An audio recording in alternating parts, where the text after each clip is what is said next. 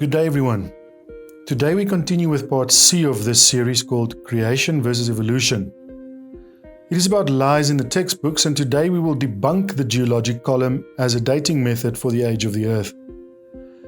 Just make sure that you watched the previous videos in this series as they follow on each other. Please subscribe, like and share these videos as much as possible.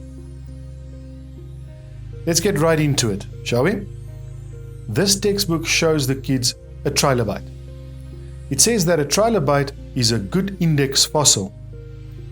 If you find a trilobite, it probably lived 500 or 600 million years ago.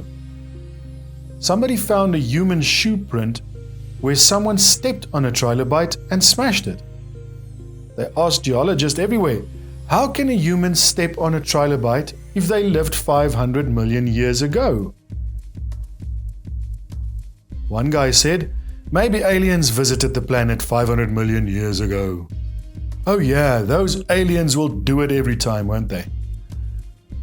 One guy even said, maybe a large trilobite fell on a small one because they are shaped like a shoe.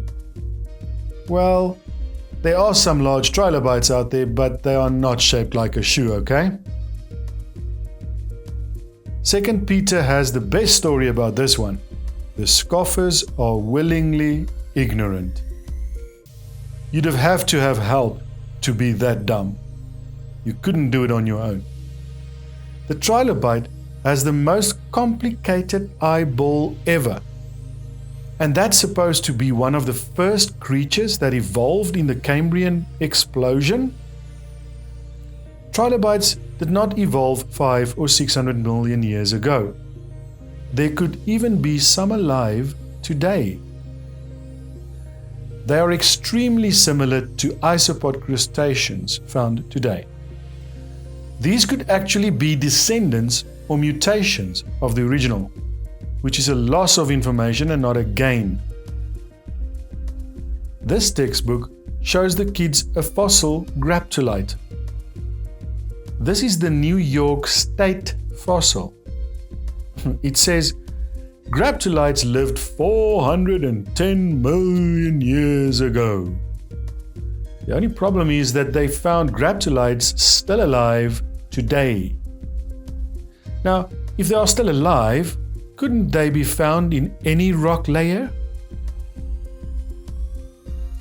This one shows the kids the Devonian period and says that this is from 325 million years ago. It has lobe-finned fish. They got short legs that end in fin. We know that this is silly as lobe-finned fish are still alive today. It's called the coelacanth. And when they found the coelacanth still alive in 1938, they said, wow, would you look at this? They survived for 320 million years. It never dawned on them to question the geologic column. Really? This lady wrote a book about it. A fish caught in time. Yes, boys and girls, this is our great uncle, 40 million times removed. There are no medicine for this, folks. This textbook says that Cretaceous and Jurassic periods are from dinosaurs that lived over 70 million years ago. Please, just go back and look at my earlier videos where I cover dinosaurs that lived with man. Dinosaur blood was found in a T-Rex bone. They tried everything they could to try and disprove it, but they couldn't. This is dinosaur blood cells. It's not going to last 70 million years, okay? Human hands are found fossilized in the same strata as dinosaurs were found fossilized. Textbook says that different layers are different ages? I'm sorry, but that is pure nonsense. Darwin did not like rounded numbers, by the way, so he said that the Wealden deposits in England are 302,662,400 years old. Where he got this number is really anyone's guess. So they still teach the kids that the geologic column layers are different ages, when all over the world petrified trees are found, standing upright, going through all these layers. Think about it, please. How long can a dead tree stand there before it falls down? 5 years?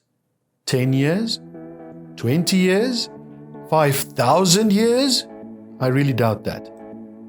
Yet petrified trees, they are all called polystrate fossils, are found going through multiple layers.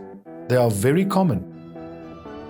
It would only take one find like this to prove the point, but hundreds upon hundreds have been found. In central Alabama, there is a local mine where they found all kinds of petrified trees in the upright position.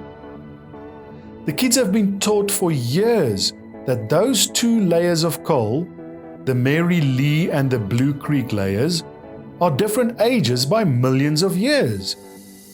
And yet, when you put all the fossils together and label them A, B, C and so on, you can figure out that and prove positively that Mary Lee and Blue Creek must have formed a few weeks or months from each other. Of course, that is exactly what you would get in a flood. Here are some from Cookeville, Tennessee. Petrified trees standing up, running through multiple layers.